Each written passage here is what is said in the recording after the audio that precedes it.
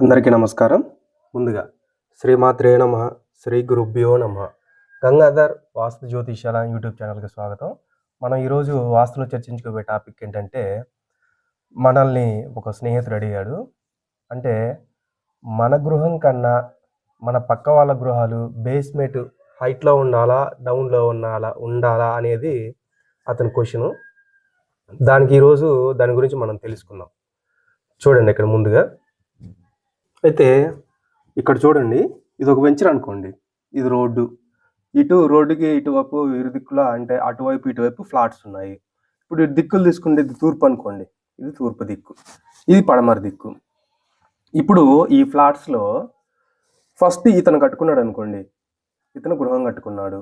ఇప్పుడు మనకు వచ్చినది, మన గృహం కన్నా పక్కింటి వాళ్ళ బేస్మెంట్లు హైట్లో ఉండాలా, డౌన్లో ఉండాలా అనేది. ఇప్పుడు అలా ఆలోచిస్తే ఇప్పుడు ఇది తూర్పు వైపు. ఫస్ట్ ఇతను గృహం కట్టుకున్నాడు. అంటే వీళ్ళందరూ ఇంకా హైట్ లేపుకుంటా పోతే ఈ చివరికి వచ్చి అతను ఎంత హైట్ లేపాలి బేస్ మట్టం? అంటే వాళ్ళు పాయింట్ ఆఫ్ వ్యూలో ఆలోచిస్తే ఇది తూర్పు లేదు, ఇదే పడమర వైపు ఫస్ట్ ఫ్లాట్ కట్టుకున్నాడు. మరి వెనకండ తూర్పు వైపు అందరూ తక్కువ ఉండాలి అని చెప్పేసి వెళ్ళుకుంటూ ఈ చివరి ఫ్లాట్ అతనికి వచ్చేలోకి ఎంత హైట్ బేస్ మట్టం రావాలి, భూమి లెవెల్ వస్తుంది. కాబట్టి అవన్నీ కుదిరే పనులు కావు.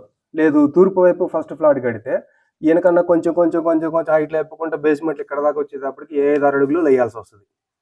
బేస్మెంటే ఒక 5-6 అడుగులు హైట్ లేయాల్సి వస్తుంది. అంత లేపుతారు ఈ రోజులలో ఎవరైనా? అది సాధ్యమయ్యే పనే కాదు. అట్లా ఇంకొన్ని ఫ్లాట్స్ వరుసగా ఉంటే ఆ చివరి ఫ్లాట్కి ఇప్పుడు తూర్పు నుంచి పడమర వైపు వెళ్ళే కొద్దీ ఒక 10 అడుగులు ఇట్లా లేపుతాడా? లేపడు కదా. కాబట్టి ఇది మన గృహం అనుకోండి. ఇది మన గృహంలో మన గృహానికి 4 దిక్కులు ప్రహరీ ఉంటే మీరు ఇవన్నీ పట్టించుకోవాల్సిన అవసరం లేదు. ఇప్పుడు తూర్పు వైపు డౌన్ ఉండాలి, పడమర వైపు హైట్ ఉండాలి అంటే ఈ తూర్పు ఫస్ట్ ఫ్లాట్ కన్నా ఈ చివర పడమర లాస్ట్ ఫ్లాట్ అతనికి ఎంత హైట్ బేస్మెంట్ వేసుకుంటే వెళ్ళాలి. అట్లానే ఇది ఉత్తరం అనుకోండి, ఇది దక్షిణం. మరి ఉత్తరం వైపు డౌన్ ఉండాలని చెప్పేసి ఇతను ఫ్లాట్ డౌన్ చేసి దక్షిణ వైపు లేపుకుంటూ పోతారు. అతను ఎన్ని అడుగులు లేపాలి? అప్పుడు బేస్ మట్టానికి ఎంత ఖర్చు అవుతుంది? కాబట్టి ఇవన్నీ సాధ్యపడే విషయాలు కాదు. మన గృహానికి ఎప్పుడైనా సరే 4 దిక్కులు ప్రహరీ ఉంటే మీరు పక్క ఫ్లాట్ వాళ్ళతో పట్టించుకోవాల్సిన అవసరం లేదు. ఎందుకు అంటే ఇప్పుడు మీరు ఇక్కడ ఒక గృహం నిర్మించుకున్నారు. సరే, ఈ వెంచర్ వేసి ఫస్ట్ అనుకో, మీరు కొత్తలోనే గృహం నిర్మించేసుకున్నారు. ఇక అక్కడ రోడ్డు వేసారు. సరే, సీసీ రోడ్డు, గ్రాయిల్ రోడ్డు, ఏదో రోడ్డు వేసారు. అప్పుడు మీ రోడ్డుకున్న లెవెల్ని బట్టి మీరు గృహం నిర్మించుకున్నారు. ఓకే, మీ ఇటుపక్క ఫ్లాట్ వాళ్ళు ఒక 5 years ఎప్పుడో లేటుగా నిదానంగా గృహం నిర్మించుకున్నారు. మీరు అప్పుడు ఈ గృహాన్ని ఉన్న రోడ్డు కన్నా ఒక 2.5 అడుగుల హైటో లేకపోతే 3 అడుగుల హైటో పెట్టి గృహం నిర్మించుకుంటారు. అప్పుడు వీళ్ళు ఏం చేస్తారు? ఈ 5 ఏళ్లలో ఈ రోడ్డు మళ్ళీ ఇంకోసారి పడింది అనుకోండి. ఫస్ట్లో గ్రాయిల్ రోడ్డు ఉండి తర్వాత సీసీ రోడ్డు ఏదో వేసారనుకోండి. ఇతను ఈ రోడ్డును బట్టి అతను ఇల్లు హైట్ లేపుకుంటాడు. ఒక 2 అడుగులు, 2.5 అడుగులు లేకపోతే 3 అడుగులు, ఆ ఫ్లాట్ అతని ఇష్టం, అతను లేపుకుంటాడు. అప్పుడు మనది ఏమవుతుంది? ఫస్ట్లో కట్టింది ఎప్పుడైనా సరే కొంచెం హైట్ తక్కువలోనే కనపడుతుంది. కానీ మన గృహానికి 4 దిక్కులు ప్రహరీ ఉంటే మనం పట్టించుకోవాల్సిన అవసరం లేదు. ఇప్పుడు ఈ పక్క ఫ్లాట్ అతన్ని మీరు నాకు తూర్పు వైపు ఉన్నారు, మా బిల్డింగ్ బేస్మెంట్ కన్నా కొంచెం హైట్ తగ్గించి కట్టుకున్నట్టు వింటాడా? విండు.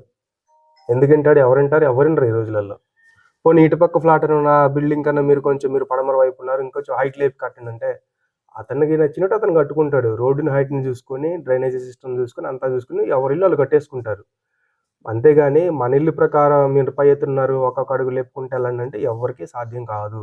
అట్లా లేపుకుంటూ వెళ్తే ఈ ఫ్లాట్ అతనుకి ఇప్పుడు తూర్పు ఈ ఫస్ట్ ఫ్లాట్ అతని కన్నా కూడా ఈ పడమర వైపు ఫ్లాట్ ఇంకా హైట్ లేపుకుంటూ వెళ్ళిపోవాలి. అది కొండలాగా పెరిగిపోద్ది. ఇవన్నీ సాధ్యపడే పనులు కావు. కాబట్టి మన గృహానికి మనకు 4 దిక్కులు ప్రహరీ ఉండాలి అని చెప్పేది అందుకే. 4 దిక్కులు ప్రహరీ ఉంటే మీరు ఇట్లాంటి విషయాలన్నీ పట్టించుకోవాల్సిన అవసరం లేదు. కాబట్టి అందరూ దయచేసి జాగ్రత్తగా గమనించాలి. కొంతమంది ఏంటి, 2 దిక్కులు హద్దులు ఖాయం చేసి కడతా ఉంటారు. హద్దులు ఖాయం చేసి కట్టి మా ఇల్లుకి ఆనుకొని మీరు కడుతున్నారు, మీరు కొంచెం హైట్ లేపండి, తక్కువ లేపండి అంటే ఇవన్నీ కుదరవు. ఫస్ట్ మన గృహం మనమే జాగ్రత్తగా నిర్మించుకోవాలి. ఎప్పుడైనా సరే మన గృహానికి 4 దిక్కులు ప్రహరీ ఉండాలి. 4 దిక్కులు ప్రహరీ ఉంటే ఈ చుట్టుపక్కల గృహాలతో మనకి సంబంధం ఉండదు. ఈ పాయింట్ అందరూ గమనించాలి. కాబట్టి ఇట్లాంటి డౌట్స్ ఇంకేమైనా ఉన్నా కూడా చాలామంది జనరల్గా పల్లెటూరులో డౌట్లు వస్తూనే ఉంటాయి చాలామందికి. కాబట్టి ఈ పాయింట్ అందరూ గమనించి, ఈ వీడియో కనుక మీకు నచ్చితే లైక్ చేయండి, షేర్ చేయండి, మీ ఫ్రెండ్స్ అండ్ ఫ్యామిలీ మెంబర్కి షేర్ చేయండి, ఎవరికొకరికి ఉపయోగపడుతుంది. అంతవరకు సెలవు. జై శ్రీరామ్.